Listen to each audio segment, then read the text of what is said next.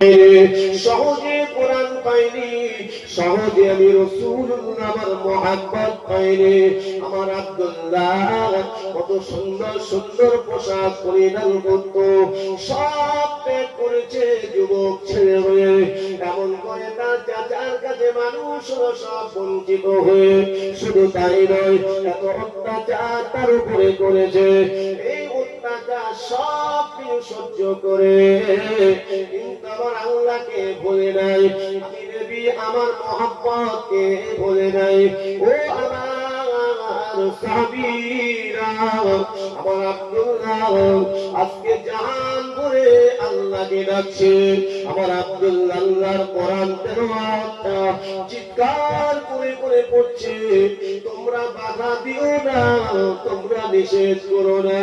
আমি রাসূলুল্লাহ আমার সাহাবী আব্দুল্লাহর প্রতি বড় খুশি হয়ে গেলাম। আরো জোরে বলো সুবহানাল্লাহ।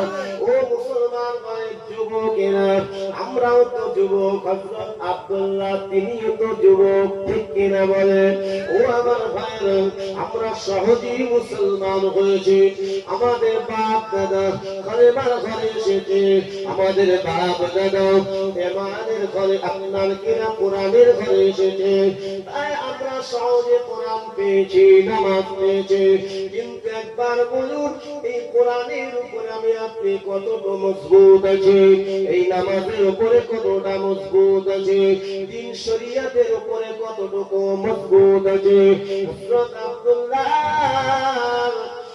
গোপনে গোপনে পড়েছিলেন, আর তাই মনের আশা মেটানোর জন্য, আল্লাহর সন্তুষ্টি লাভের জন্য মসজিদুন নববী শরীফে আল্লাহর কোরআন শরীফটা চিৎকার করে করে তেলাওয়াত করেছেন। ও আমার যুবক ভাইরা, বলুন বলুন, আমরা দৈনন্দিন কতটা কোরআন পাঠ তেলাওয়াত করি? হুজুর কোরআন তেলাওয়াত করব কি? কোরআন কিন্তু পড়তে জানি না। সব যুবকদের বলছি, তবে অধিকাংশ যুবক কোরআন ভালো করে পড়তে পারে না, ঠিক না? কোরআনের ব্যাখ্যা, তরজমা, ব্যাখ্যা সাথে দূরের কথা। কোরআনটা যে পড়তে হয়, চোখ আল্লাহ দিয়েছে, এটা বড় নিয়ামত। জবানে কথা বলার শক্তি দিয়েছে, কানে শোনার শক্তি দিয়েছে, অথচ কোরআন পড়তে পারি না।